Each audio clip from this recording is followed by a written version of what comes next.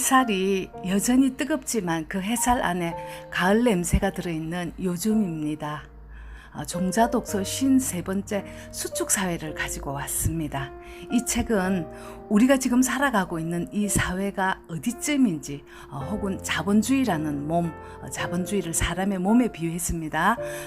이 몸이 성장을 거쳐서 늙어가고 있습니다. 그래서 몸에 병이 오기 시작했는데 그 병을 고치려면 정치나 리더 그룹들이 어떻게 해야 하는지에 대한 이야기가 속 시원하게 그려져 있는 내용이었습니다. 병이 생기면 그 병이 어떤 병인지 알아야 의사가 치료를 하는데 의사가 무슨 병인지도 모르고 진통제만 환자에게 처방을 한다면 환자는 서서히 병을 키워가는 게 아닐까요? 다시 말해서 자본주의라는 몸에 병이 생겼는데 의사인 정치인이나 사회 리더 그룹에 있는 사람들이 장기적인 안목에서 치료를 할 생각은 안 하고 단기적인 진통제 처방만 하고 있다는 표현으로 저는 설명하고자 합니다. 이렇게 속 시원한 처방을 내려 책을 쓴 저자는 홍성국 씨인데요. 이분은 애널리스트이고 다수의 저술과 강연, 기고, 방송 출연 등을 통해서 정권계의 미래학자라는 별칭으로 부르고 있는 유명한 사람이라고 합니다. 수축사회란 사람으로 비유하면 노년기, 그러면 성장기는 반대로 팽창사회라고 합니다. 일부 팽창사회에서 수축사회, 2부는 전 세계가 수축하고 있다. 3부는 전환시대에 즉 바뀌는 시대에 필요한 생존 전략, 4부는 한국은 어디에 서 있는가 이렇게 나뉘어져 있는데 저는 우리나라를 중심으로 세계와 어떻게 연결되어 있는지 측면에서 이야기하고자 합니다.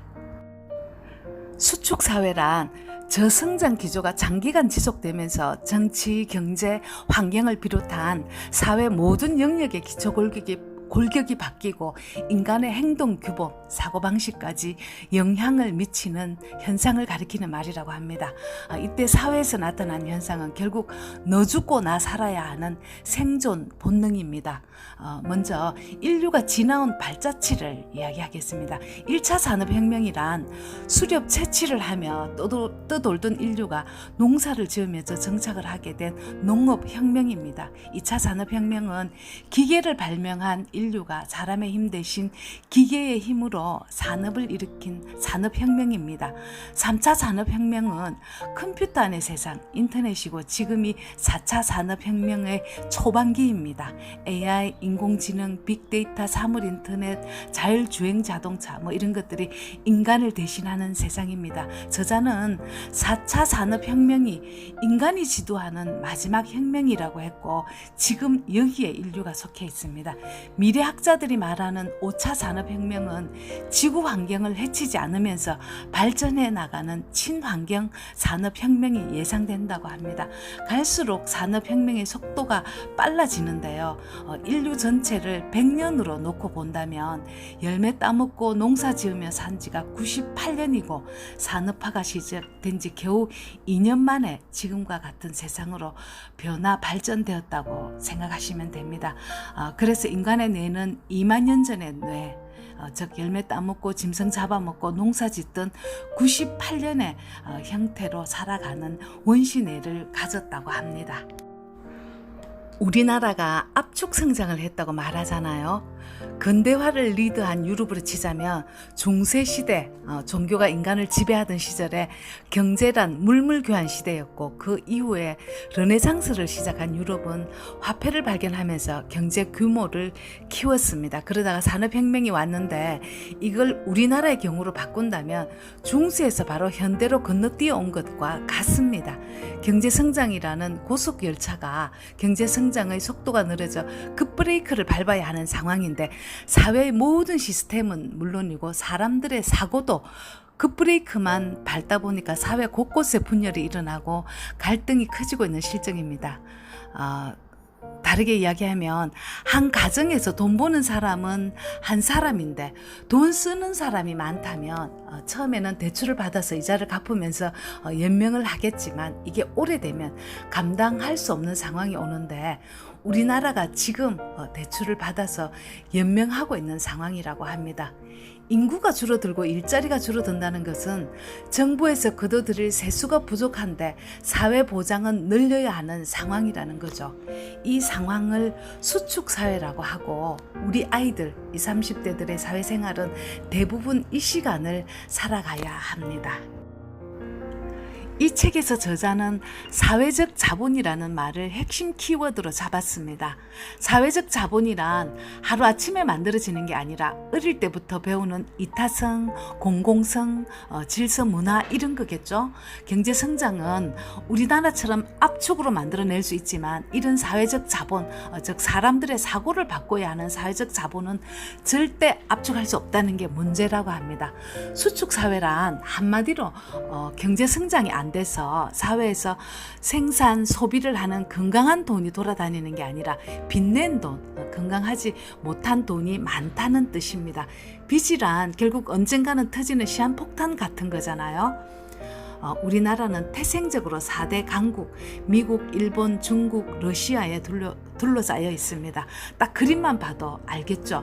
미국과 일본의 색깔, 중국과 러시아의 색깔, 그것들이 우리나라를 반으로 툭 분질러서 자기들 입맛에 맞는 색깔들로 채우고 있잖아요. 정말 타고나기를 피곤하게 타고난 것 같습니다. 이럴 때 힘이 있으면 우리는 너그 편도 아니고 그렇다고 너그 편도 아니고 우리는 중립국이다 라고 외치면 되는데 힘이 없으니까 말빨이 안 쓰는 겁니다. 그래서 저자는 이 책을 정치인이나 리더그룹에게 하고 싶은 말이라고 대놓고 못을 박았습니다.